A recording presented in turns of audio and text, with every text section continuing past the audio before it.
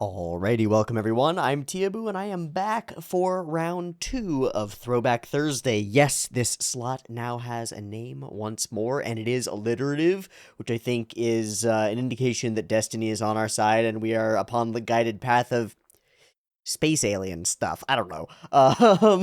But Throwback Thursday feels exactly right. It also feels like the kind of thing that would be like a summer camp fun day or like a middle school party theme or something. But that's fine. It's on brandedly goofy and again alliterative, which matters a lot. I have been struggling so much to figure out what Wednesday could be. It is a problem. Currently I'm watching Mushoku Tensei on Wednesday, and Wednesday and Tensei rhyme, so that's something, but it's not alliterative, and it doesn't describe the slot, so that really pisses me off. Because Teehee Tuesday, great. Fighto Friday, perfect. Throwback Thursday adds on to it. It's exactly what it is. It's where we're watching the older shows that they definitely don't fit on Retro Monday Overdrive because they're not really OVAs and they're not like isolated and in that sort of a way, but are these much longer sweeping epic sort of things. Where do you put those? And the answer is Throwback Thursday is the slot built for it. So here we are for that. At least that one's squared away. Well, I don't know what to do for Wednesday. Wednesday is going to be like relatively recently aired thing that's like that's interesting. I don't have words for that start with a W that I know of. Weird, WTF Wednesday, wacky Wednesday, all those things just don't they fit the summer camp like idea and the middle school dance type idea. I don't think they fit the anime channel slot type idea. Anyway, we're blathery this morning. It's also not morning, it's early afternoon. We're here for Macross, which I say with some confidence. It's still Macross to me, or maybe Macross. I think Macross is how it comes out as I think about it. But of course, it's Makurosu. So, we're here for Makurosu episode 2. We watched episode 1, and we were introduced to a couple of characters and a story and a world and some plot and stuff. Essentially, I asked for a couple of things, and I got most of them. And to some interesting stuff to spare. We've got a captain who's a little bit goofy, bearded captain who's a little bit goofy. We've got a mentor character who's kind of like I don't know. I don't know what to think of Fokker yet. He's like a young bachelor blonde guy. He's chillaxing. He's kind of Kamina-esque in a weird way so far. I don't know if that's going to be an accurate comparison, nor do I know if he's going to die. I would expect him to because he's a mentor-y character, but he might be too popular to die, so I don't know. Yeah. And so we met them. We met a couple of staff members and other cast members, most of the crew of our ship, the big, giant Super Dimension Fortress Macross itself, are cool and female and walk around in heels. Some of them seem to have more military training. Some of them seem to be more civilian trained. It's kind of interesting. There's some romantic tension between curly-haired girl and woman, I suppose, and our Roy Fokker, and then there's our main character who's a dingus. I don't know what to think of him yet.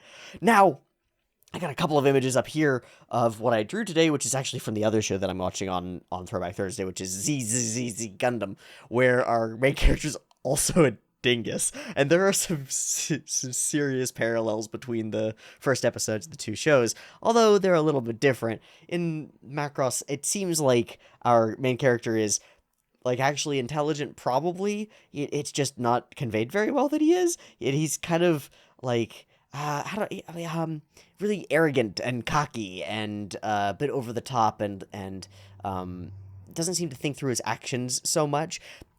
Maybe high intelligence, low wisdom. Low wisdom. Yeah. Also, I don't know about his charisma yet. I just don't know. And his general demeanor is quite strange. He sort of wanders into an extremely dangerous firefight the first time that humans have ever fought with aliens, and he just sort of is there for it and is like, "Ooh, a fighter plane. I'm gonna get in one." And Fokker says some weird things about, like, oh, here, you hate fighter planes, don't you? But here, just chill in this one, and I'm gonna go walk away for a while. You sit here until the plot happens. And then the plot happens, and the fighters are happening, and he's just like, oh, I guess I'm in a war now. And so he's in a war now. And then it does a really interestingly, maybe creative, maybe artistic job of being very focused on that moment of revelation, I suppose, as he recognizes the depths of combat that he's in. Like, he's in a multi-dimensional, I called it a multi-dimensional dogfight before, but truly it's like stuff everywhere, absolute chaos, bullets and laser blasts and whatnot firing everywhere. And only get snapped out of it by the kind voice from I don't know her rank. I also don't know her name on the Macross. Okay, so the first attack by aliens has occurred. You're an alien species. You've been in a long-term war. Some piece of technology called like reactor tech is missing and seems to have made its way to the humans, who, in their devious, evil, fleshy ingenuity, have repurposed it with their little finger hands and turned it into weapons of war to defend themselves. You know, the way that humans would do. So we've got like a war of a highly advanced technological evil alien precursor civilization against the underdog humanity that has built up what it can out of the technology that they've achieved, and then we're gonna have a triumphant story of like fighting back against the aliens. And somehow there will be singing. See, that's where I'm still missing it, right? It all works. Everything's fine here. Everything makes sense. But then there will be singing. What? How? And I think that's the answer question thing that we're going to get this episode. Because unknowingly and accidentally, I did watch slightly. I saw those little flashes of the teaser. And those indicated that we're going to meet a certain character who we've already met. We already ran into her, I think, twice. And her name is Lin Minmay. And she has blue hair and I think a family. And she was stumbling around, and Roy Fokker sort of stared at her butt a little bit because he's Roy Fokker. And that was character development for him while introducing her to us in an interesting way. I don't know if I feel pretty good about that. It's a pretty interesting technique to do that. Definitely. And she was there at one point clapping very quickly for something. I don't remember. Planes flying. I don't know. Victory. I don't know. Space battles. Aliens. Character dynamics. Military personnel. Crazy captain who's a little cartoony for everything else. The show walks a weird line of cartoonishness. It's very strange to come to it after and in the middle of and simul-watching with Gundam. Because Gundam is not very cartoony. And even in ZZ, where we've gotten a little bit more cartoony, it's not very cartoony. Like, it's pretty, I don't know. Well, it's not cartoony. It's more realist than that. It's distanced from me more than that. Macross is more cartoony and more Saturday morning-y and maybe more serial-y, and that might be the way that we go with it. And I'm curious what the functional flow of the plot will be. Will this be an alien attack every week sort of style of thing? It might be. And it might evolve into something more. I don't know. We have to square away the next couple of episodes and get all of our pieces on the board. Because I think what I'm trying to do right now is I'm trying to understand the entire game of chess with one board state, and some of the pieces are missing. And I think one of the pieces that's missing is straight up the queen, which is Lin Minmay. And if she's missing, it's not going to make sense how chess works. We've got a couple of pawns in the cast members. We've got a couple of power pieces in our main character and in our Roy Fokker and in the captain and stuff. And I'm waiting for the queen. I need to know what's going on there. So let's watch more Macross. And was the worst. Let's watch more Macross, and we'll see if it tells me any of the stuff that I want to know, and how well it does in doing so. I'm not going to complain about too much exposition-y stuff. We already know that it's not going to be amazing. I'm just excited to see how we move from here. We did our first piece of setup. It's hooked me a little bit. I'm intrigued, but I'm not really super into the main character in particular. So, flesh. We've got some bones. apply the muscle, meat, and flesh and stuff to them. It doesn't have to be the prettiest. It doesn't have to be surface level, perfect appeal, but it needs to be able to move, and it needs to be able to, like, function. And so, meat and bones. Give me the good stuff. Okay, SDF Macross episode 2. Bunny hat version still using. Nobody's told me to do otherwise. And that's it. Let's go. Beep beep timer.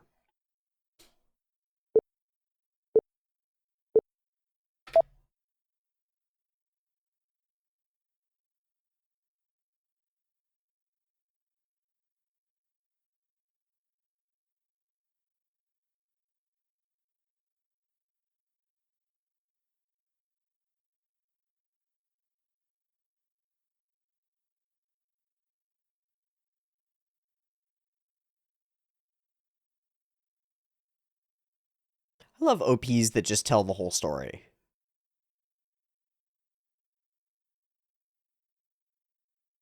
I like the little sparks off the tail fins.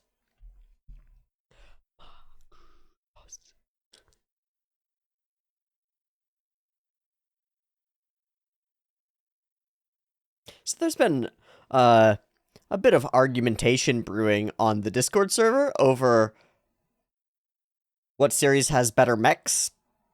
And the Macross people are pretty adamant that their special changing mecha things are the best type. The variable fighter things are just cool. Reasonable. It's quite an argument to make against the Gundam fandom, so if you'd like to get in on that argument, you can do so in the Discord via the Patreon. Linked in the description. So far, I've spent so much more time with Gundam, so I just don't know. Alright, we gonna retell? Is this gonna be every episode?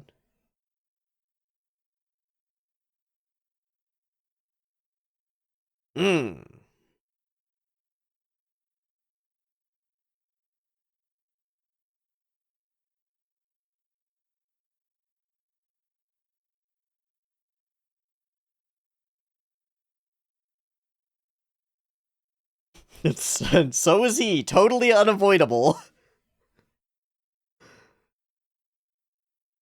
Yeah. Misa Hayase, that's her name.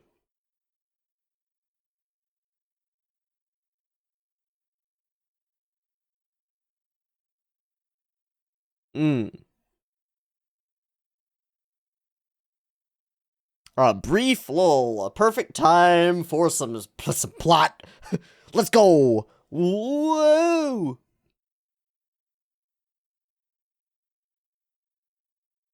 Alright, that lighting effect works. That's interesting.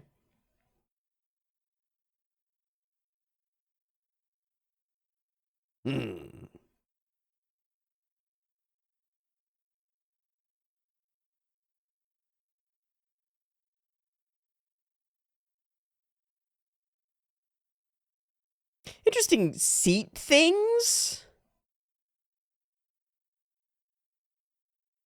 What's the deal with those? They're like gym equipment.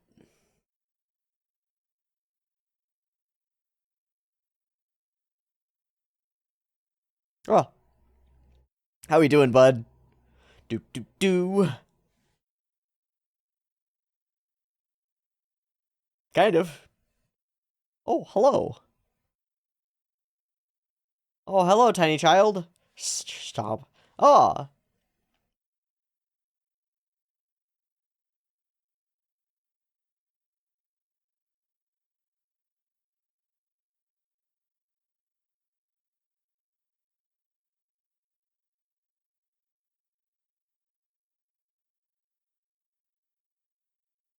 Okay. And there she is, and she's suddenly interested. And being pulled into it as well.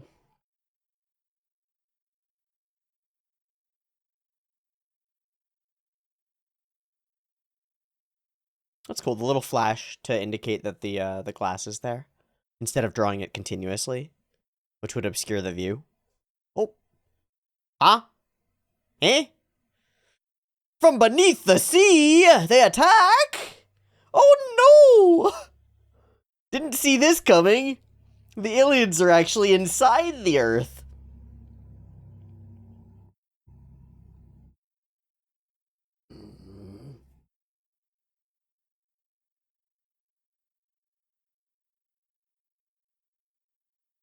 Hmm.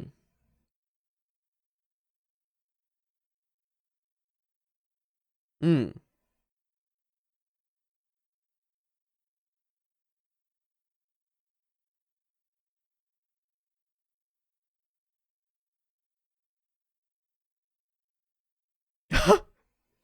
Yeah, but it can't fly, man.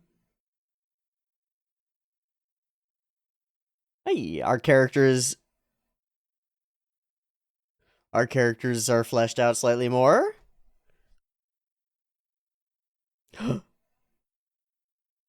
Reality is scary. True, fair.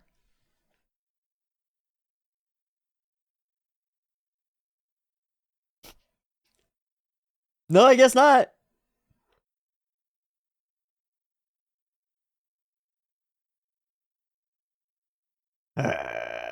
What are you saying? You saying I'm a coward?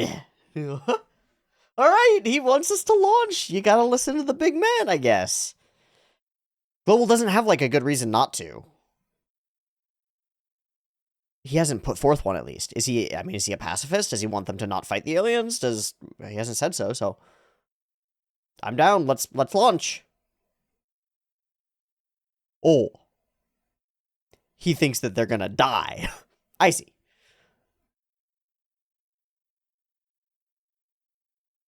Beep boop bop beep. And out climbs a freaking moron. Oh no.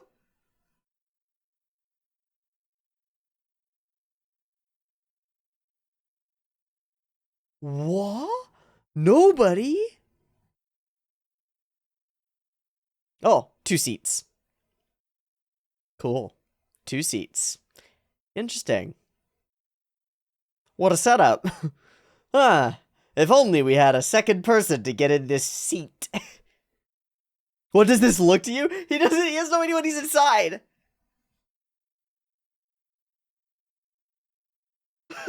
Fuck! God damn it! God, I don't have a robot piloting license. I don't know what I'm doing.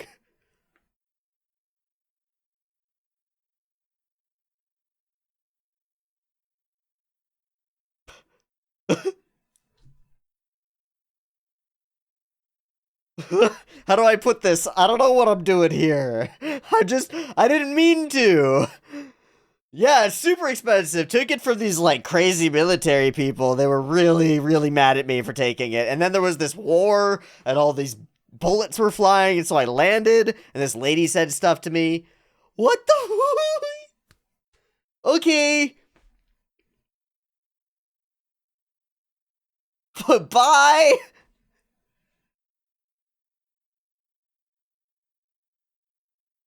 Wonder what this but. Oh no, the future of humanity has been evaporated. Oh my god, dude. I really like the in pilot perspective thing and the like this potential struggle to get it working and whoa. So he was doing fine when he was subconscious about it earlier. Now it's different. Oh, okay. Wow, that's what a sequence.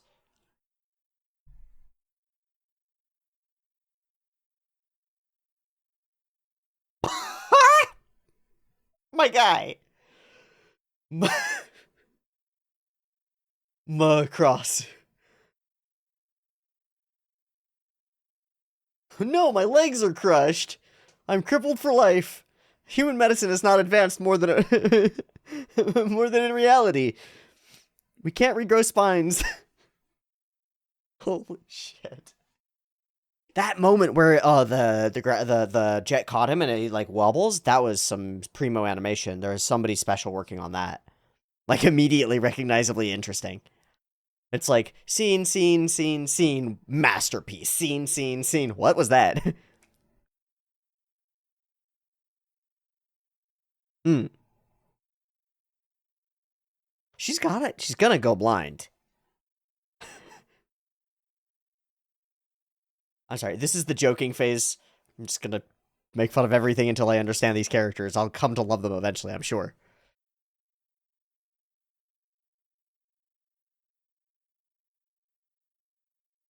All right. We get to launch a super space battleship. We better make it look cool. Also, it totally turns into a humanoid. Come on. Those are legs.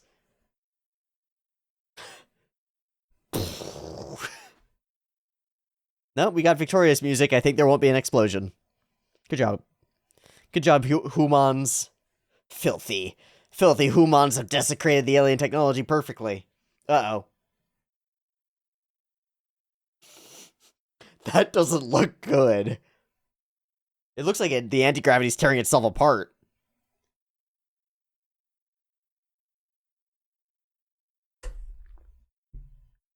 What?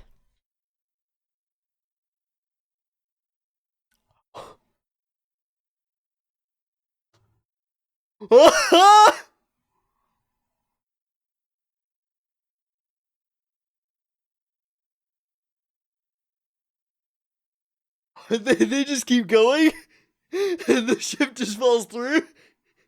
We didn't reinforce them effectively. No. Bad. Bad. Our ship just ripped itself apart. What a terrible ship. The engines tore themselves right out of it. I mean, it is made to be in space, right? Wait, then why does it have anti... Okay, never mind. Never mind, actually.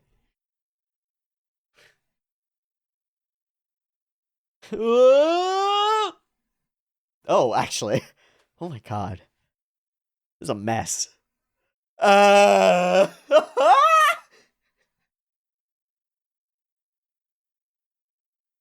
And he's living his own life. He's living his own thing. He's got the cute girl on the comms. Yeah, I'm killing lots of aliens. 300 aliens dead. Let's go. Get the music rolling. Huh? What? Is that... Oh, he's just worried that he was dead.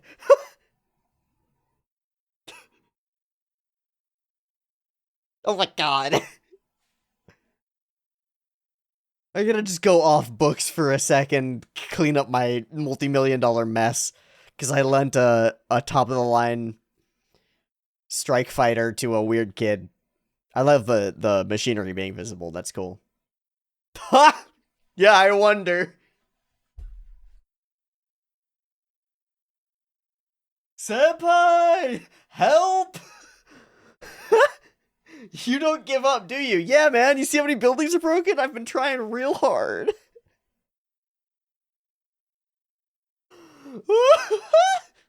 Oh, it looks great. It really does. They're very cool.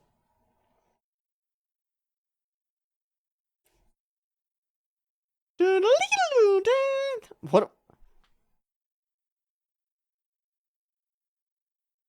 Where do I know that from? I have no idea.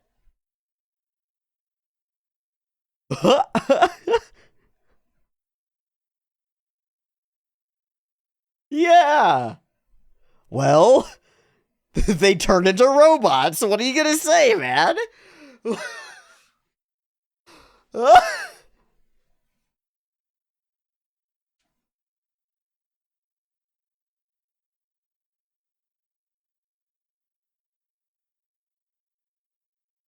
This is insanity. This is a fever dream.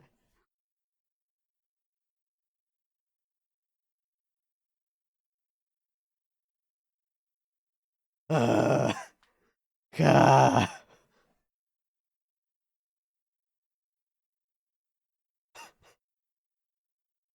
Okay, bye. Yes.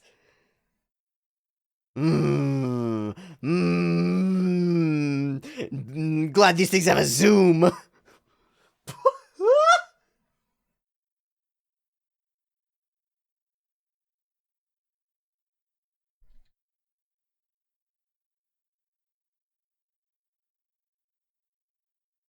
Oh, right. Yes, enemies. Oh, they bounce. Okay. Oh, there are multiple variants. There are a whole bunch of multiple variants. For sale in stores near you. Wriggled? Whoa, these two are gonna have such a great dynamic. It's like Ogre and the little guy from Yu Yu Hakusho. Oh shit. Are we just gonna get space lasered? Oh! Eh? I swear, I thought he was gonna reach for the wrong mode. Whoa! Yeah, it's like a half. It just has arms and legs as well. That's pretty cool. Alright, the things are pretty cool. Oh my god! No! No! Are you fucking kidding me? it better be damned important, because you're about to get space lasered.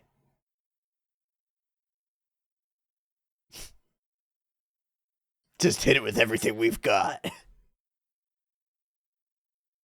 Ah! Oh no!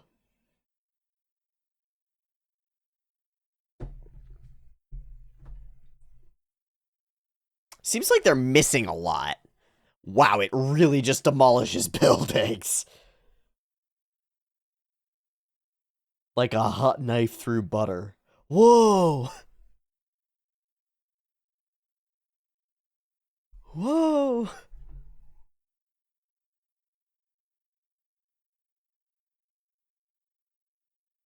You don't seem very worried or heroic, but okay, a heroic thing. Let's go check.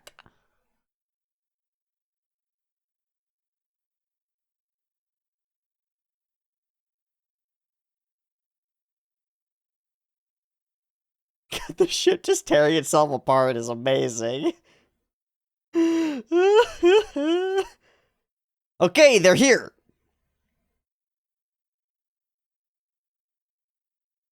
That is a lot of circles with little circles in them. Wow.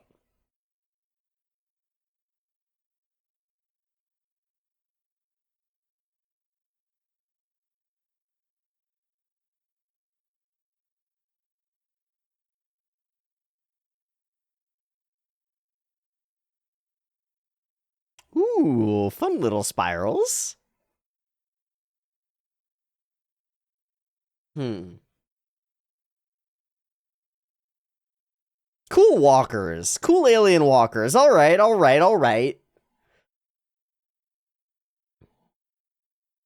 my god. So there's gonna be a lot of this, where it's just like, the battle happens.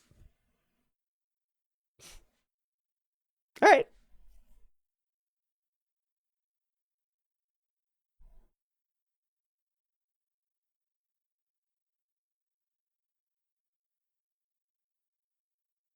Just in the nick of time to shield her with your own body.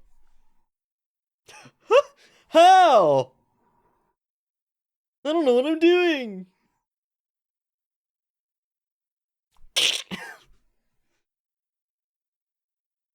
Does not grab on at all.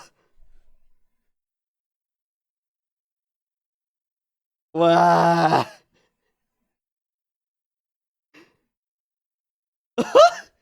That, oh my god, you're the jet engine right next to you. Oh my god.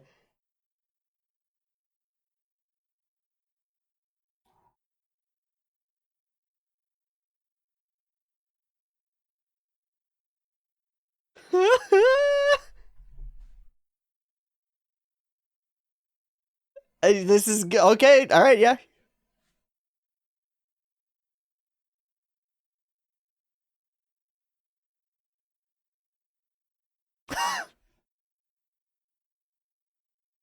That would have been useful. Oh my god, she's gonna be cutting cheese out in open space. Inhaling so many bugs. Oh my god.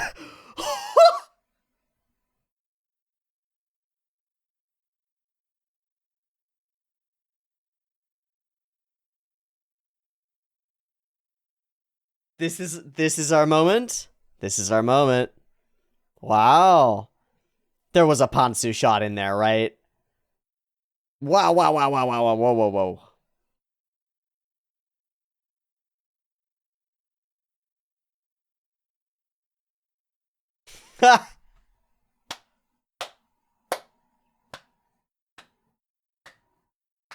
Okay.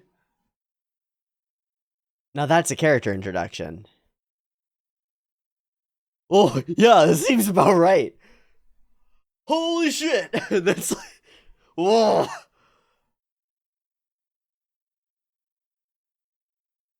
Honestly, that's exactly right. That seems exactly right. This incredibly shocking moment. Oh, yeah, there you go.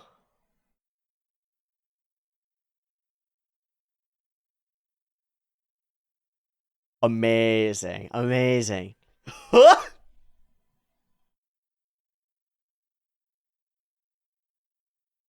This whole sequence has actually worked really well for me. This is all working for me. Hi. I must protect what? Really?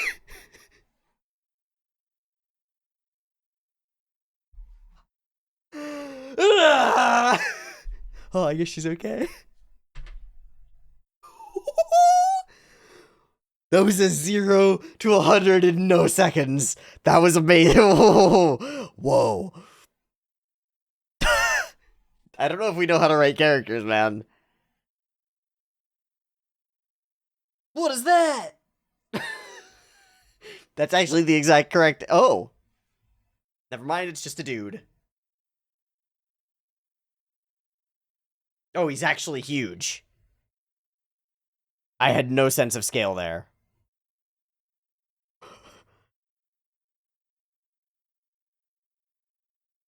Thanks, bro.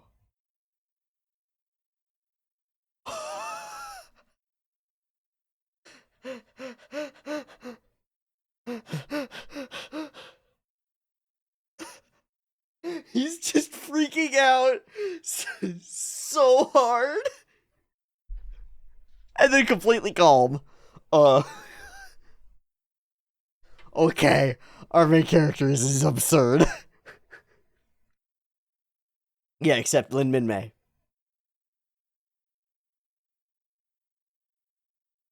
What about the gravity control systems?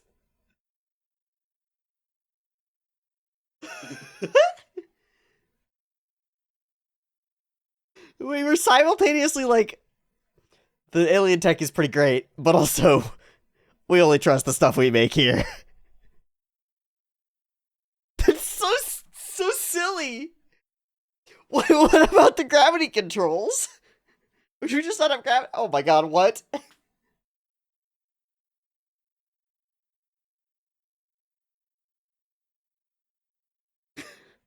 Excuse me, can I have leave for trauma?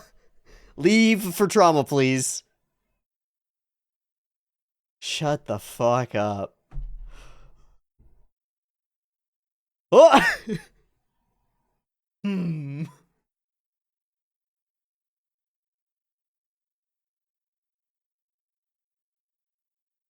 If I were alien giant sized, would my dick also grow to be the same size? That's what somebody car is thinking. Oh shit, right. God. It's very annoying that that comes before the ED. Because I'm always used to the ED being there and being able to, like, collect my thoughts for a moment before I have to insta-pause to avoid the preview thing. Okay, that's fine. Man, this episode is weird. The tonality is very strange. The vibe is very weird. Hikaru is on a different level, on a completely different wavelength. And he knows that he needs to do the things that make him a robot pilot protagonist. He knows that he needs to do those things. He's just not sure why or how. So I think pretty solidly perfect of this is we have this lovely scene. Okay, it's pretty lovely. He turns around and sees Lin-Mei is asleep or unconscious after his rough landing, which is his fault because he just like freak out, crash landed, screwed up, right? He sort of grimaces for like a second, and then he instant like full rage. There's no line here, which would indicate to us what he's actually thinking and help clarify the character, right? The character getting upset about the girl being in danger makes sense. That makes perfect sense, right? But he needs to say something. Otherwise, it's not exactly clear where he stands on the whole thing. And so it kind of ends up fully coming out of nowhere.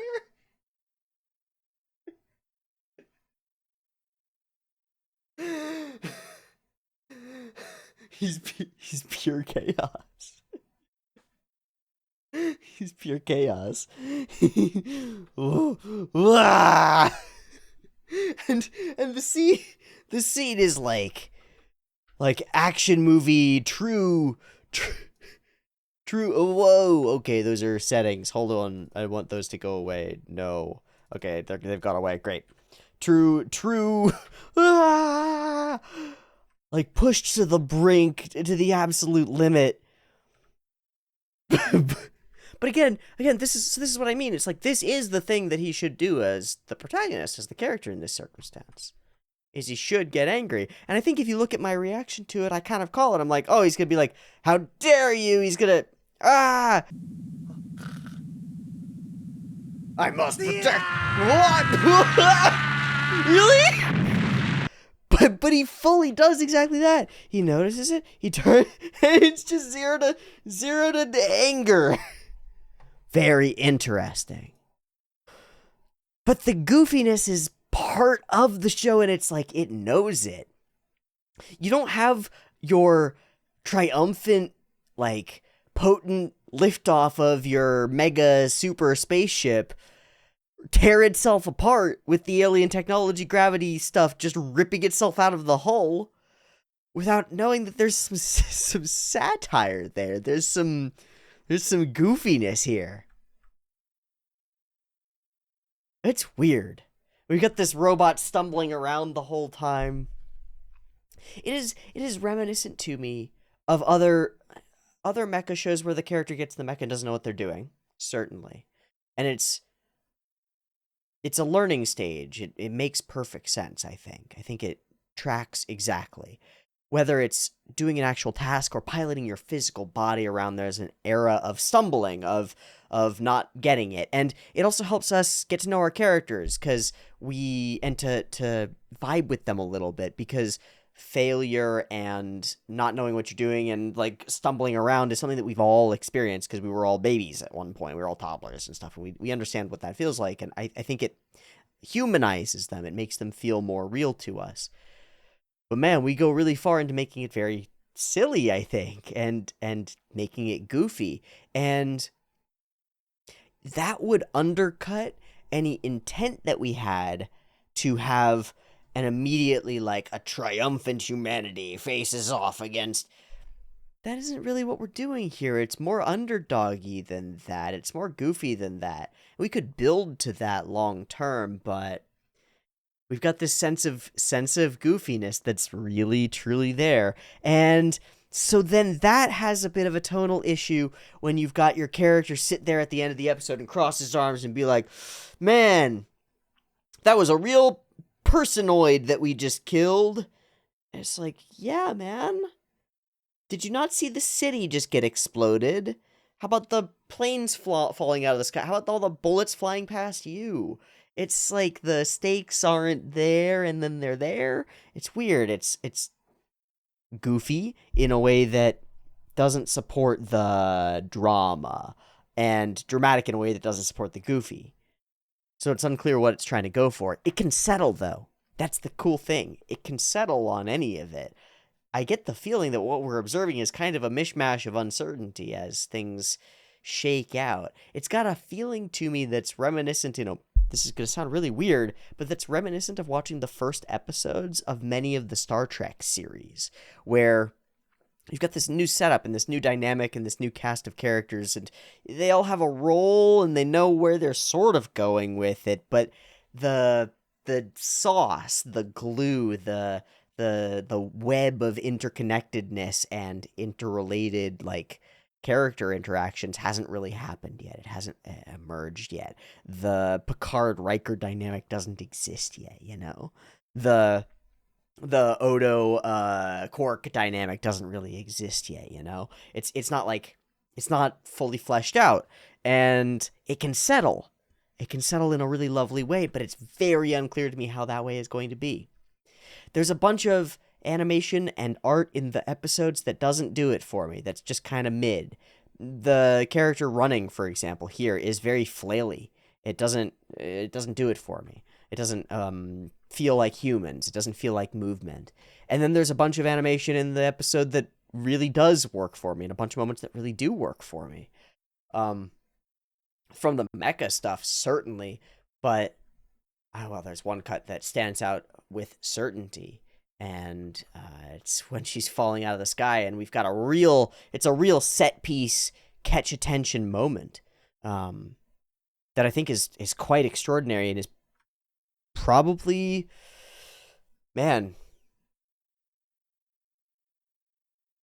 probably a not insignificant number of people have that sequence really ingrained in their mind as something special, and have that sequence as like a core foundational memory of what animation can be, and what media can be, and what stories can be, and what Macross is.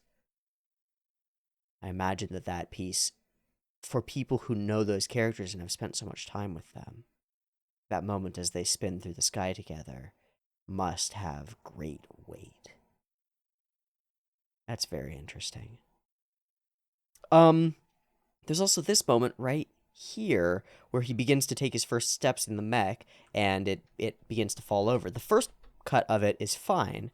It's cool and the angle is neat, but this cut, as he begins to stumble, and then we get something else moments later. The jets kick on.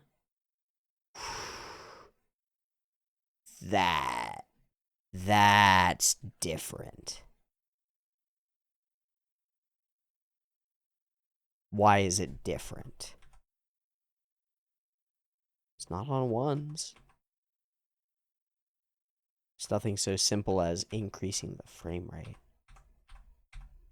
Now, the background is moving on the ones. It's not as simple as increasing the frame rate.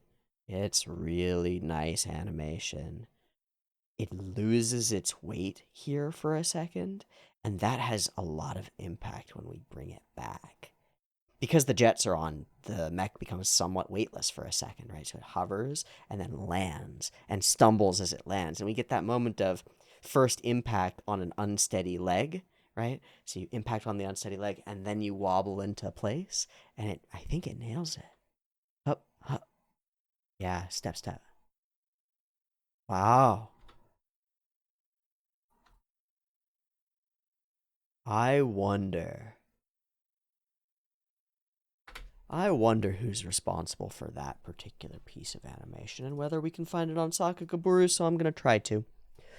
We'll use the source ordering feature and see if I can find the thing from this episode.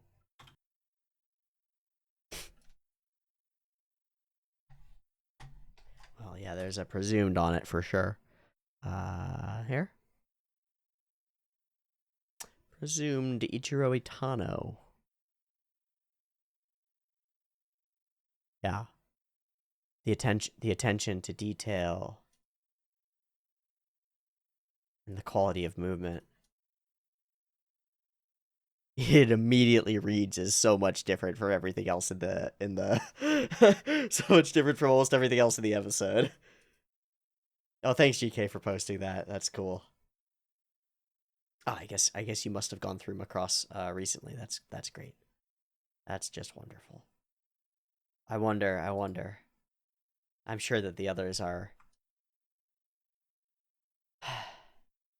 Itano as well with the good walk. And the immense, yeah, all of the spiraling rockets and such is all Itano stuff, Itano stuff, Itano stuff, Itano stuff, Mako stuff, Mako stuff, Mako stuff. We're in that primo. Ah, it's Mikimoto and Itano.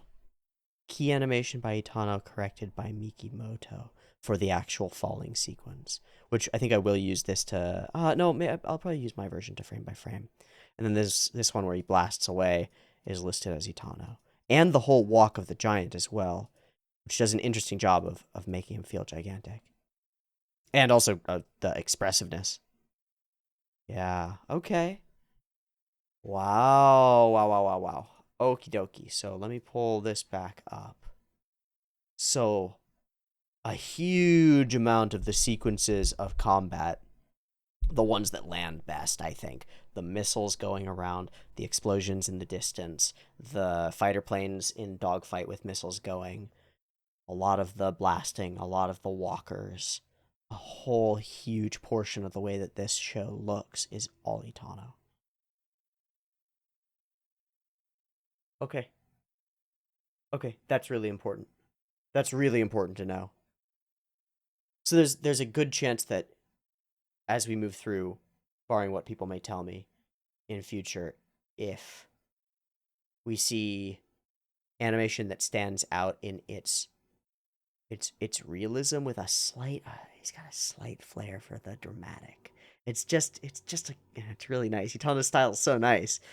Then we can almost expect that it will be Utano having done the keys for that. Okay. Very cool.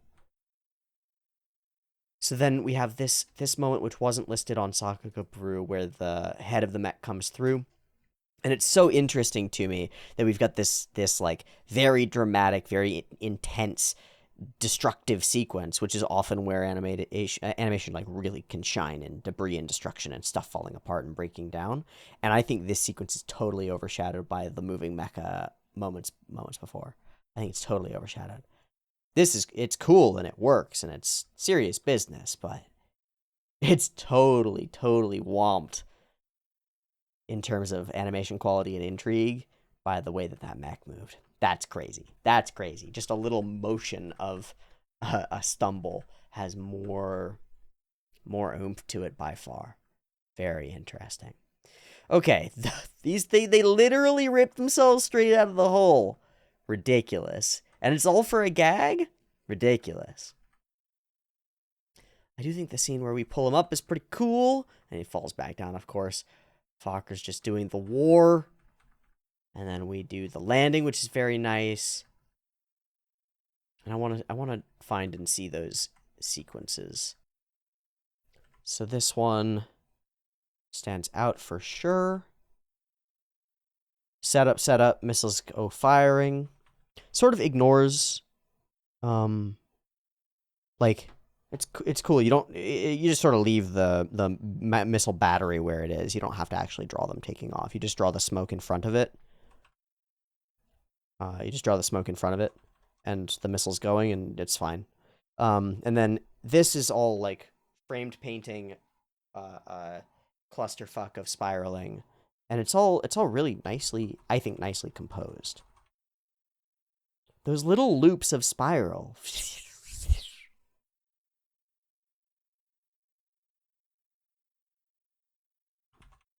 And the smoke continuing to move after it's already traced its course.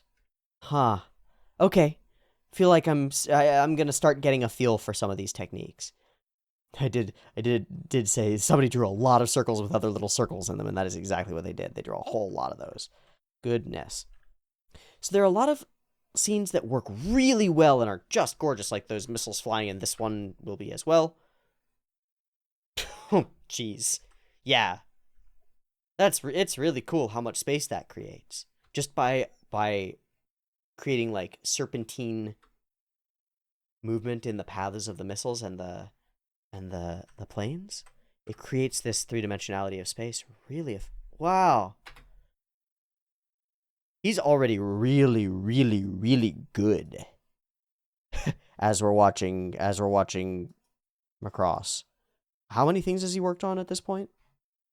Okay, so he's listed as AD like throughout. There are a number of episodes where he's not the animation director, but he's on chunks of episodes all throughout Macross.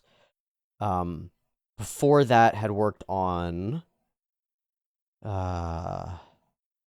bunch of Little Things, Yamato, and Ultraman, Gundam 1, Ginga Tetsudo 999, Ideon, the movie Gundam 1, Dr. Slump, the movie Gundam 2, Daikon openings, okay.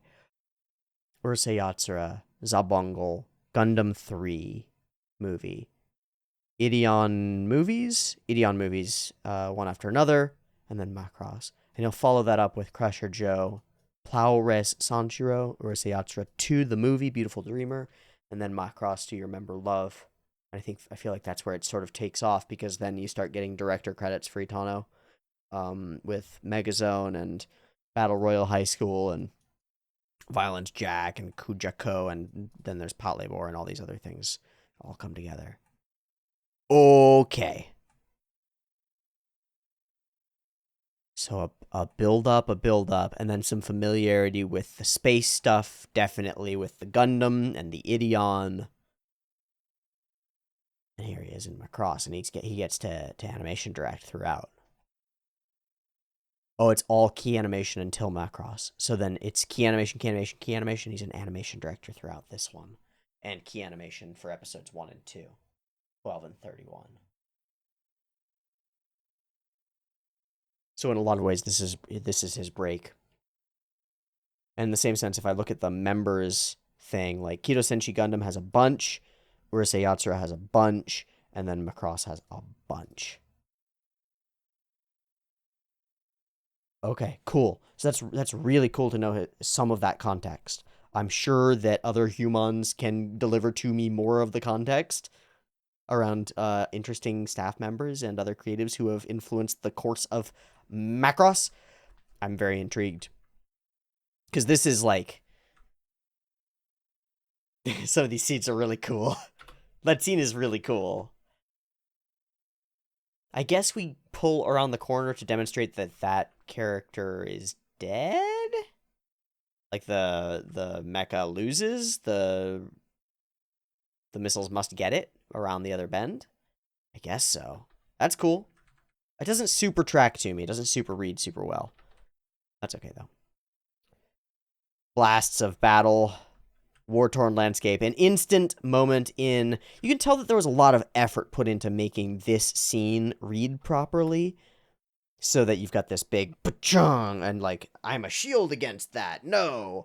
And all that jazz. Make it have the right emotional context. It makes it feel a little bit sillier in terms of the realism of it, but that's okay, because, again, we're in that sort of cartoony world. And so the hero arrives and puts his big shield in front of the... Right. And the girl is safe. The debris goes flying. Hey, you take care of the girl. Grab on, hurry. Okay, so he does. It's idiotic. He's ridiculous. He just doesn't put her in the seat. Takes off flying. It's awesome. It's a cool sequence. The missiles are amazing. And then the arm detaches. And she goes flying. And we get an balls out spectacular piece of animation. That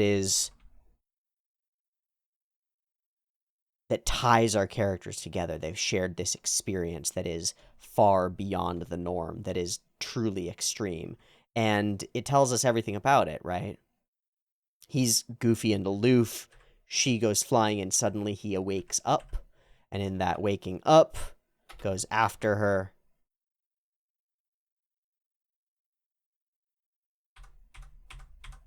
No! Good! Okay, cool. Goes after her, and we get this intricate, spinning, flying dance as they reach out toward each other. And are able to, bam, bam, connect. That moment I've seen done and redone a number of times. That feeling of two characters spinning away from each other and reaching out and grasping, right? I've seen that done a number of times. This is a really good example of it, and a relatively early example, and it might be the earliest example of it that I've seen. something that would be really spectacularly difficult to film in live action. You know what I mean? It's like kind of an animation only thing. An experience that's beyond magical because it can't be experienced unless you actually fall out of a fucking plane and get grabbed by somebody, which none of us would like to do. And so we get to share it with these characters and focus in on their faces as they grab and land. And we tell a story here, right? And she pulls him back in a little bit, and then we emerge safe but terrified from the clouds. We have this really nice moment where she thanks him and has totally confused emotions, like crying, laughing, screaming, adrenaline, shock, terror, and is like giggling about her hair because I think it works really well. Oh my god, it's all a mess. And that's exactly what you would do is if people hone in on silly things like, oh my god, my fingernails are dirty, and you're like, your house is burning down. What? But coping mechanisms work that way very often. Super interesting that characterization, I think, is written really well for Lin Min-mei, which is super weird because I can't figure out our main character at all. I don't understand him one bit. So we zoom around a little bit and then hit with a big ol' wham wham wham triple take joke. Whoa whoa whoa whoa whoa whoa. Whoa. It looks great. We herk dirk and hit the mecha, see that she is damaged in asleep or something, and absolutely flip her lid because I don't understand the character, leading to him killing someone for the first time that he knows of. God, I think he's killed a few people already. He did face through some buildings. I guess it was evacuated, but we saw that it wasn't actually evacuated. He took his mecha straight through a couple of buildings. I think people are dead at his hands already, but that's okay. Seeing an actual faced humanoid, who it turns out they are actually gigantic, which is super interesting. I wonder what the deal is with the little guy then. The one who's talking to the big guy in the bridge.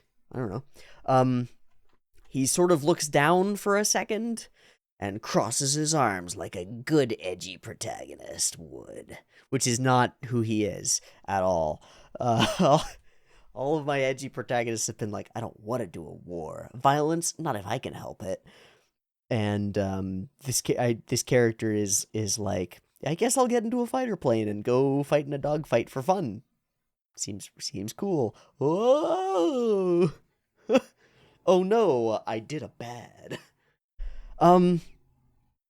The show has not congealed yet. It has not spun together completely, but it has made some significant strides in that direction.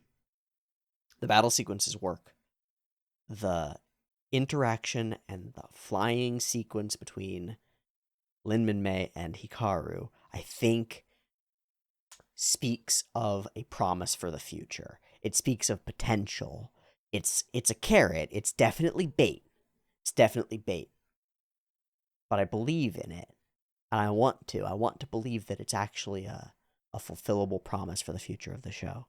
That we will have really interesting character dynamics and potentially an interesting developing slow burn romance or other relationship between these characters that will shape the future of humanity. That seems pretty compelling to me, and I'm excited to see more like it. Not just like crazy Sakuga sequences, but moments of chemistry between characters like that aren't easy to come by. They aren't easy to come by. That was a potent call. That was powerful stuff. The informational density of Macross has been relatively low so far. Whether it's characters talking to each other or battles happening, the amount of actual information being conveyed and change occurring in the show is relatively consistent.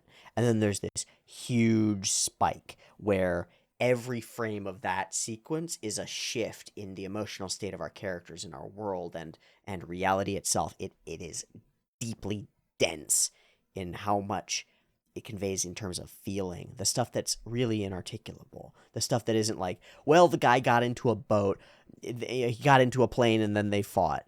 It's like, no, there's an emotional journey here. There's uh, uh, failure and a mistake, and almost the loss of something really important that's going to be really important, and then the recapturing of it, and the reunion of that thing, and the characters standing and looking at each other, and he falls away a little bit, and there's this dance to it and this balance of it that tells way more story than any other like 15-20 second chunk of episode, period. That's really interesting to me. That's really interesting to me because it does promise more, and it promises more in a way that is more confident than most of the rest of the show. Most of the rest of the show hasn't settled in. I don't feel like it knows where it's going exactly. But then that moment happens and it's like, oh, there's a road there. There's a path there. This one element, Lin Min Mei, Hikaru, that one element seems to be nailed.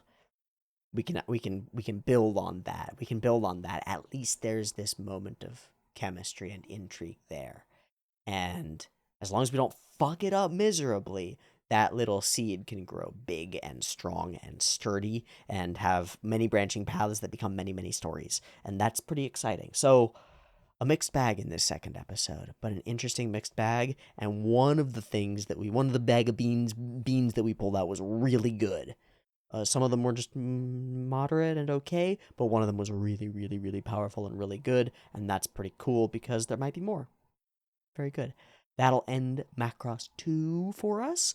I hope you enjoyed it. I hope to catch you next week for more. Early access available in Patreon if you are desperate for the next one. And I'll end there and move on to recording ZZZ Gundam for the day. See you next week for more Macross. Peace.